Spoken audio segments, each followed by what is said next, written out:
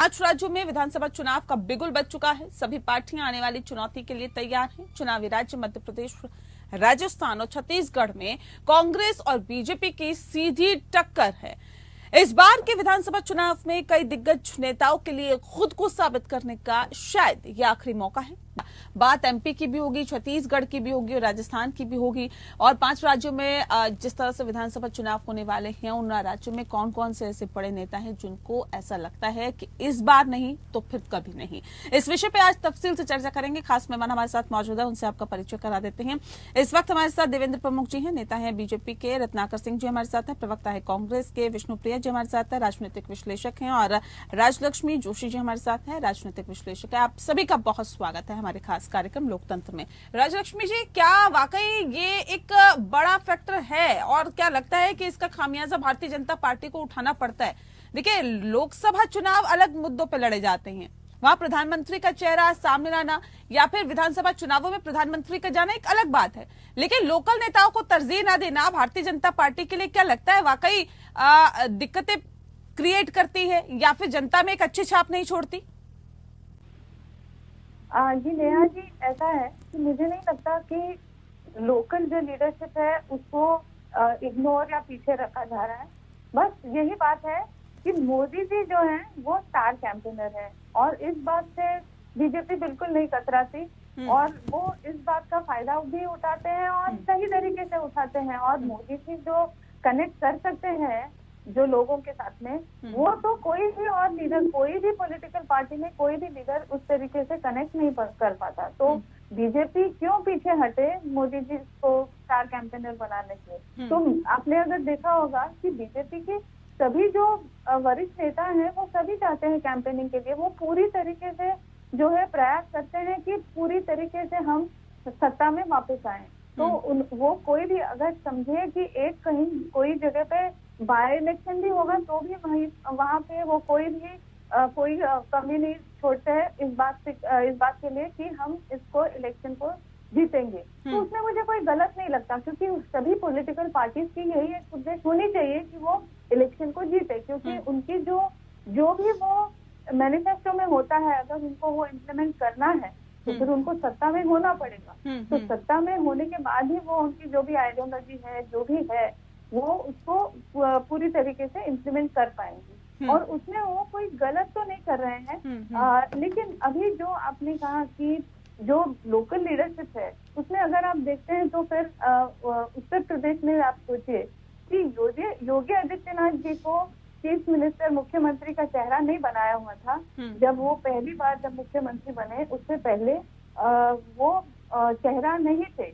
देवेंद्र फडणवीस जी भी चेहरा नहीं थे महाराष्ट्र में जब वो पहली बार मुख्यमंत्री बने। उसके पहले वो भी मतलब उनके चेहरे पर नहीं लड़ी थी वो जो इलेक्शन है। वो उसके बाद जब उनको ऐसा लगा कि ये इस पदवी के लिए ये सक्षम है तो उस बार उनको उस हिसाब से उनको अनाउंस किया हुआ था और उन्होंने बखूबी निभाई। तो दोनों व्यक्तियों ने बखूबी निभाई है। ये जो उनको जो रिस्पॉन्सिबिलिटी दी गई थी उन्होंने निभाई। तो इसी तरीके से अभी भाजपा की मैं जो देख रही हूँ स्ट्रैटेजी ऐसी होती है कि वो जो जितने भी उम्मीदवार होंगे, जितने भी योग्य लोग होंगे, उनमें से वो फिर बाद में जब मतलब ये कि आप ये कह रहे हैं कि पहले ही तय नहीं होता भारतीय जनता पार्टी। आप देखते हैं भारत का आज भारतीय जनता पार्टी के पास शानदार एक से एक बड़े नेता। योगी जी का कौन सा नाम था? एक सर्वे आपने देखा था, बराबर मोदी जी के पसंद किया लोगों ने। और विश्व के सर्वे देखिए भारत के लिए, आप कैसे कहते हैं कि एक नाम के पीछे चल रहे हैं? कौन सी कमी है? गडकरी का नाम उठाकर देखिए कि विश्व में कौन से स्तर के नेता नाम कितने तरीके के काम किए।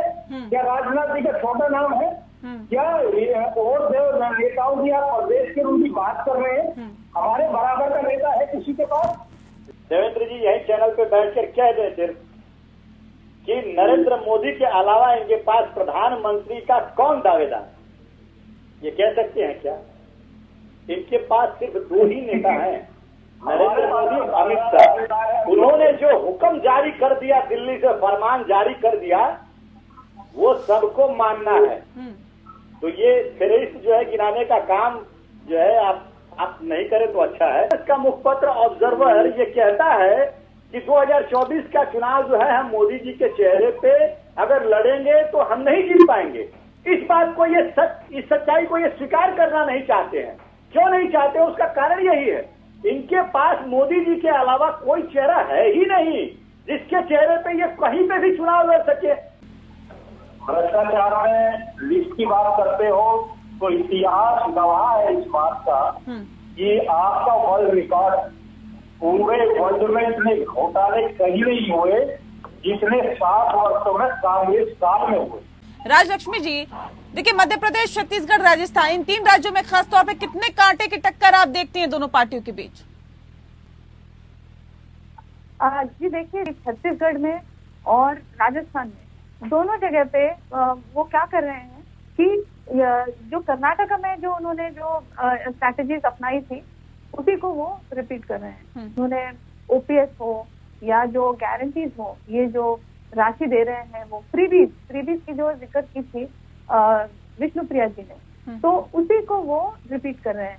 मतलब उनका स्ट्रैटेजी वो है और उसी को वो एक जैसे एक ओबीसी का भी एक कार्ड वो लेके बैठे हैं और वो चाहते हैं कि उसी के हिसाब से वो चले।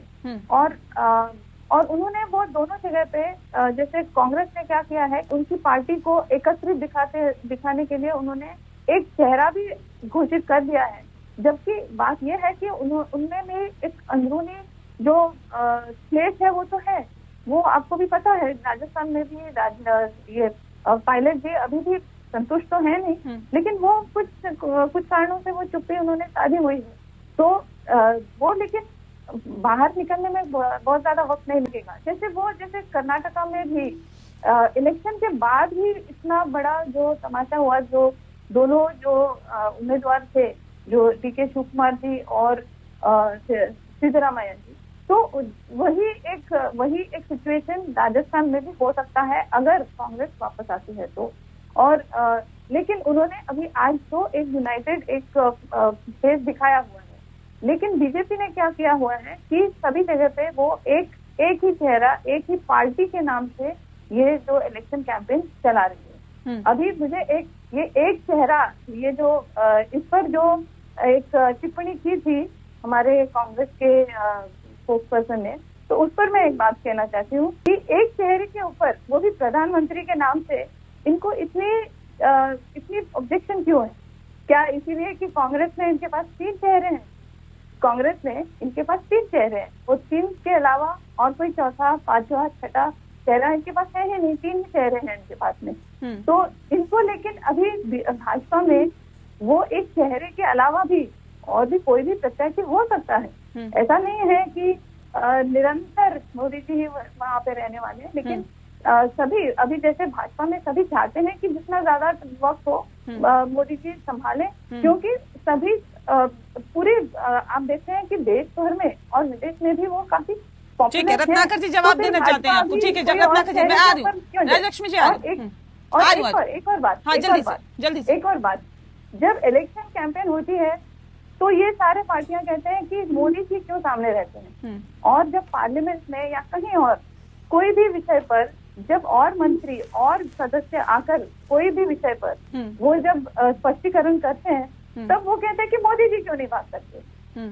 तो ये जो मतलब ये एक दोहरापन है, ये हिपोक्रेसी आप कहिए, कि वहां पर वो चाहते हैं कि और बाकी सारे लोग बैकग्राउंड में रहे, वो चुप्पी साधे और केवल मोदी से बात करें, जबकि वो सारे जो और भी वरिष्ठ नेता हैं वो खुल के आगे आके जो बात करेंगे, तब वो चाहते हैं कि वो सारे बैकग्राउंड में रहें और मोदी जी सामने आकर वो एक अकेला व्यक्ति ये सारी विषय पर बात करें। ठीक है रत्नाकर जी, जल्दी से 10 सेकंड के अंदर जवाब दीजिए आप। वो चुप्पी साधे। ठीक है, तो ये मतलब दोहरा मापदंड है उनका। जी, आप जो कह रही है कि 3 चेहरे की बात, तो मैं आपको याद दिलाना चाहता हूं कि 3 चेहरे की बात को छोड़िए, पिछले 3 दशक से गांधी परिवार से कोई भी व्यक्ति न प्रधानमंत्री बना है, न मुख्यमंत्री बना है, न कोई भी संवैधानिक पद पे रहा है। तो हम लोग तो संगठन की राजनीति करते हैं, जनता की राजनीति करते हैं, हम किसी व्यक्ति विशेष की राजनीति नहीं करते हैं। और आज भी हमारा जो अध्यक्ष है वो दलित है। इससे पहले भी हमने जो प्रधानमंत्री बनाया वो मनमोहन सिंह को बनाया। तो ये सारी चीजें पिछले 3 दशक हो गए मैडम, 3 दशक से बनाया है। और हमने सवाल तो देखिए तब भी उठते थे, रिमोट वाले प्रधानमंत्री कहे जाते थे, मनमोहन सिंह कहा जाता था। बीजेपी उस समय मजबूरी में बनाया। विपक्ष का काम होता है सवाल उठाना, विपक्ष का काम होता है सवाल उठाना, विपक्ष का काम है। तो और हम कोई प्रधानमंत्री जी से हमें कोई डर नहीं है, और हम प्रधानमंत्री जी की बातों को कांग्रेस बहुत डर हो गया। हमेशा मोदी जी पर अपनी बात को पूरी कर लेता हूँ, मैं आपके बीच में बोला नहीं, थोड़ा सा मैं पूरी करूँ।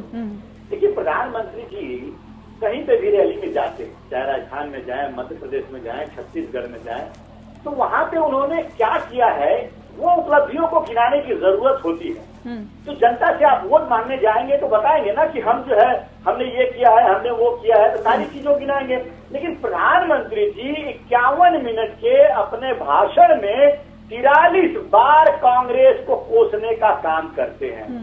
और यही प्रधानमंत्री जी राजस्थान में जाते हैं तो वहाँ लाल, पीली, नीली, हरी, गुलाबी। सर आपने भी 1 घंटे के डिबेट में 50 बार प्रधानमंत्री नरेंद्र मोदी को कोसा है।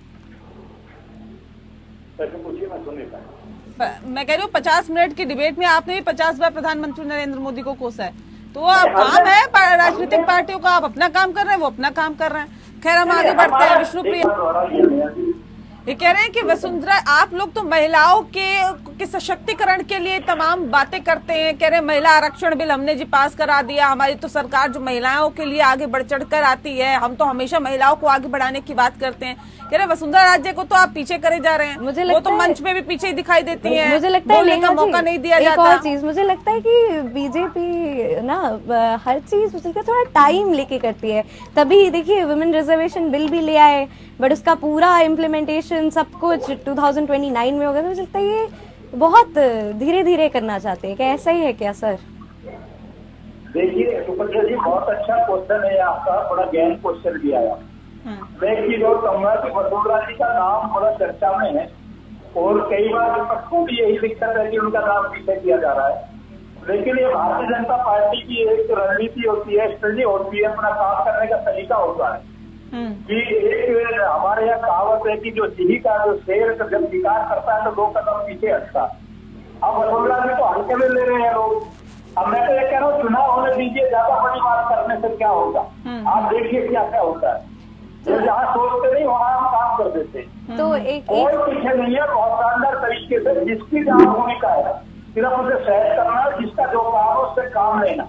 ये संगठन का काम है, ये पार्टी शासन का काम है। हमारा जो संगठन है वो बड़ा गहन और गंभीर संगठन है। अगर तक एक चीज का जो है रिकॉर्ड ऑन रिकॉर्ड कर उनकी तैयारी कर किसका काम क्या है, नेताओं से भी काम लेते हैं। हमारे पास सांसदों की संख्या अच्छी है, इसमें तो कोई दो राय नहीं है सर। आप जमीनी स्तर पर भारतीय जनता पार्टी जिस तरह से काम करती है, जिस तरह से जमीनी स्तर पर अपने आप को मजबूती प्रदान करती है, कार्यकर्ताओं में एक नई जान फूंकने की कोशिश करती है, इसमें कोई दो राय नहीं है कि चुनावी तैयारियां आपसे बेहतर किसी की नहीं होती।